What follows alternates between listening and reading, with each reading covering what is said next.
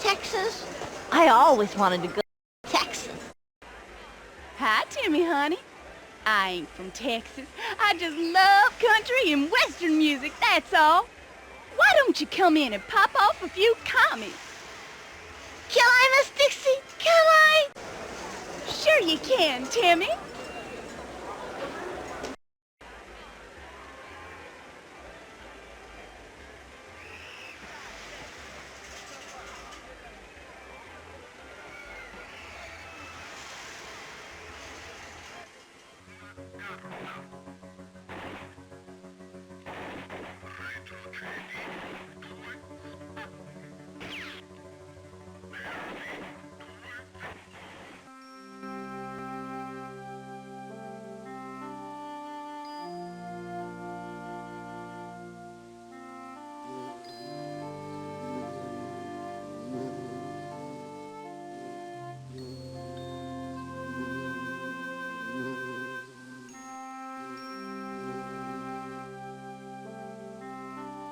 Timmy, I ain't one to complain, but I done seen some hard times, honey. I'll tell you that for sure. You know, what I always really wanted to be was a country and western singer. Why, I think everything smart in the whole world's done been sung in a country song. But I guess it just ain't worked out for me to be singing none. There's always been men in my life, though. First there was my dad, and then there was my first boyfriend, Carlos, and of course now there's Ike. That's him over there in the coma. My daddy, he was a truck driver, leastways sometimes he was. He was a great father, Timmy, and he always told me how successful and famous I was gonna be, but I don't think he liked them long, lonely nights on the road all by himself too much. Somehow, he always seemed to wind up in bed with a drink in his hand. He was fun to be around, but my mama wasn't none too happy about him not working so much. He used to tell me stories all the time. My favorites were the one about this enchanted singing cowgirl who was always conquering evil with nothing but the power of her magic voice. I sure loved to hear them stories. Actually, Timmy, honey, he always wanted to be a writer. But he never wrote nothing except some poems he stuck in those big old books he was always reading. But I kept all them poems, and I'm gonna turn them into hit songs someday. Not too long after he died, I met Carlos. He was a real musician, and I just knew my dreams were about to come true. We was together for a whole year, but it turned out to be a year of me sitting around the outside, looking in at him playing music. Leastways till I found out I was gonna have a baby. I can't tell you how much I wanted that baby, Timmy, but I guess Carlos didn't share my feelings none. The very next day he snuck out, and when he left he knocked over an old guitar he bought for me. It was all he had ever done for my singing career, and he never got around to even tuning it. After I got up from my nap and seen he was gone, I ran out and tripped over that damn guitar and fell down the stairs and lost my baby. I was only 17, Timmy, honey, so I had to move back in with my mom, who never had liked Carlos too much. A little later, a friend wanted to take me to this here mini golf course that everyone was talking about. And that's where I met Ike, my true love. He was the owner and well-known Nazi sympathizer. 2 weeks later, we was married. But now, as you can see, he is in a real bad coma, and I just don't know what I'm gonna do, Timmy. Gee, what a sad story, Miss Dixie. I had a hamster once that got his foot cut off. Who sends rain when the earth is dry, Timmy? It's somebody bigger than you and I.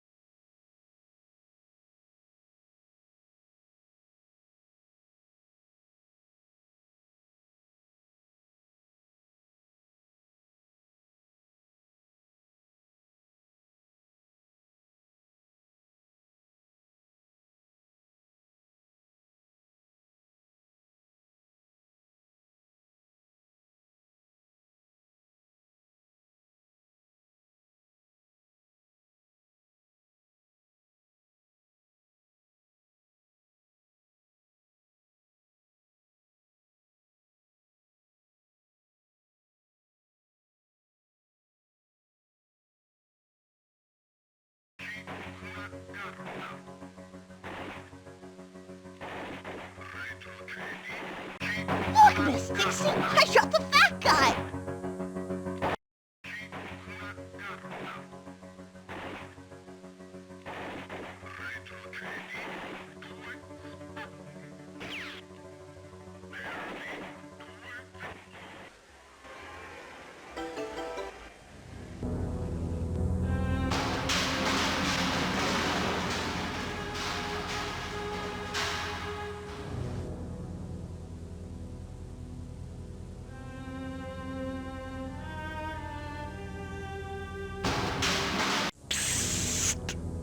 Timmy, come here. Mr. Ted, what are you doing in here? It's one of my favorite places, Timmy. So dark and so quiet. Like a cave in the forest I used to visit when I was young. I'm going to tell you a story, Timmy. All about a poor, sad little boy. The little boy always said that the first thing he ever remembered seeing was a pair of cowboy boots. In his memory, those boots were attached to legs that somehow stretched upwards into an unknown infinity inhabited by the rest of his father. His next memory was that of a hand quickly dropping out of that vast beyond and hitting him on the head. Although the boy quickly grew to despise this giant father, there was one thing about him that he liked in spite of its cold-hearted appearance. His father's butterfly collection. Although he loved the collection, he thought that things of beauty should never be killed. And he hated watching as his father pierced the struggling insects. The sad boy loved all beauty and believed that ugliness indicated the presence of death. He was 3 years old when he committed his first act of ugly liberation, the process which he used to release pain and free ugliness trapped inside of living creatures. He was playing alone outside of his mother's cabin when he found a baby bird struggling on the ground. The bird's eye had been penetrated by a sharp bone protruding out through the skin of its badly broken wing. It was the ugliest thing the sad little boy had ever seen, and he immediately picked up a large rock and crushed the helpless creature. After the boy and his mother moved away from their tiny cabin in the woods, he began to encounter many more creatures in pain which, of course, caused the number of ugly liberations to dramatically increase. In an ironic memorial to his despised departed father, the boy collected bits of hair, of bones, skin, and other artifacts from these incidents and shaped them to look like butterflies. It was shortly after his father's death when the sad little boy started his own unusual butterfly collection. His next act was the liberation of all the dead insects in his father's collection by burning the dead man's house. In emotional strength, the boy's hatred of his father was matched only by a deep and powerful love for his mother. Even though she earned her living as a circus freak, he saw within her a beauty unmatched in his detached observations of the world. She performed with a number of different freak shows as they traveled around the country together. For some strange reason, their movement from show to show always seemed to happen after the mysterious deaths of other star performers. I still see that sad little boy around here sometimes, Timmy. He deeply frightens me. But I don't think you have anything to worry about. He tells me that he still collects butterflies, though. Wow, Mr. Ted, I guess it's a good thing I'm not ugly. It's very good, Timmy. It's very, very good.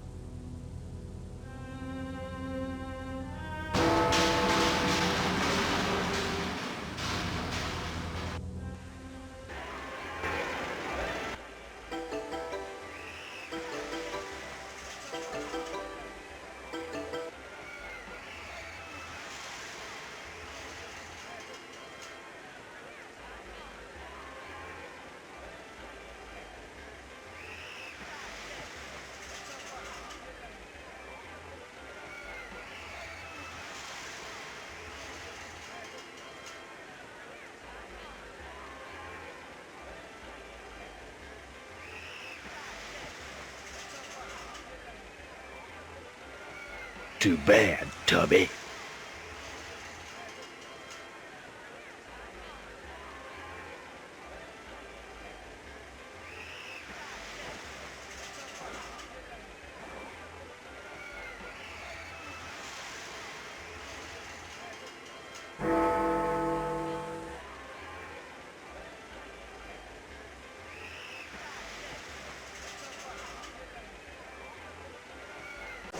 Hug, Chuck, bark at him, boys.